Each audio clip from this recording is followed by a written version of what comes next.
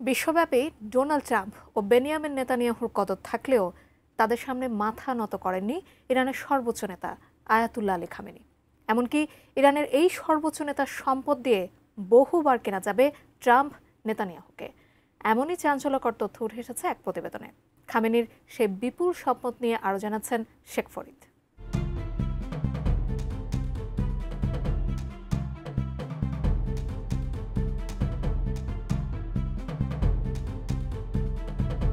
গোটা মুসলিম বিশ্ব যখন নির্যাতন ও দমন নীতির ছায়ায় নতজানো, তখন ইরানের মিম্বার থেকে ধ্বনিত হয় প্রতিরোধের আহ্বান।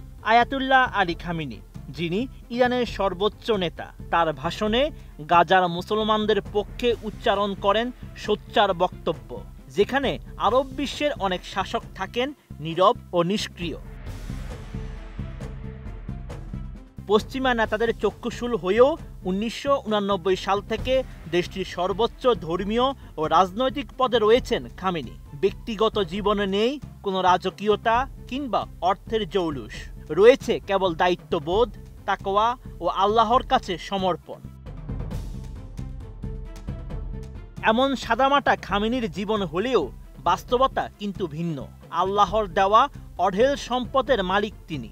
শুধু তাই নয়, বিশ্বের শীর্ষ ধনী নেতাদেরও একজন তিনি, যার আঁচ পাওয়া যায় বিভিন্ন পশ্চিমা গোয়েন্দা সংস্থার প্রতিবেদনে। 2013 সালে বার্তা সংস্থা রয়টার্সের প্রকাশিত এক অনুসন্ধানী প্রতিবেদনে দাবি করা হয়, খামেনির নিয়ন্ত্রণাধীন সম্পদের পরিমাণ প্রায় 95 বিলিয়ন মার্কিন ডলার।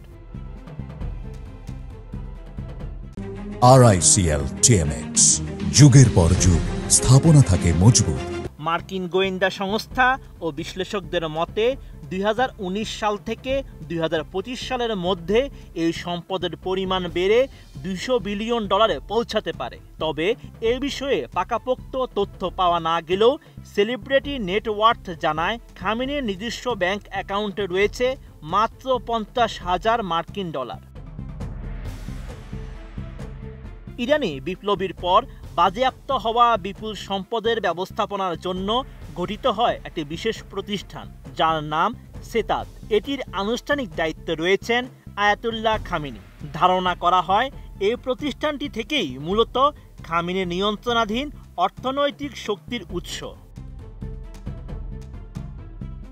পশ্চিমাদের দাবি, খামেনি সরাসরি এসব সম্পদের মালিক না হলেও সেগুলোর উপর তার নিয়ন্ত্রণ রয়েছে।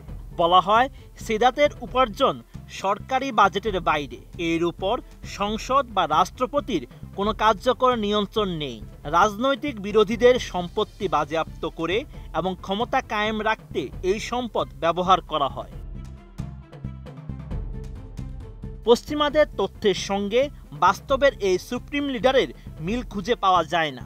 ইরানের সর্বোচ্চ নেতা হয়েও খামেনির জীবন চর্চা এক সাধারণ আলেমের মতো নম্রতা, সাদামাটা পোশাকেই দেখা যায় এই নেতাকে। নিজের জন্য দেশ বিদেশে নেই কোনো বিলাসী প্রাসাদ কিংবা ব্যক্তিগত বিমান।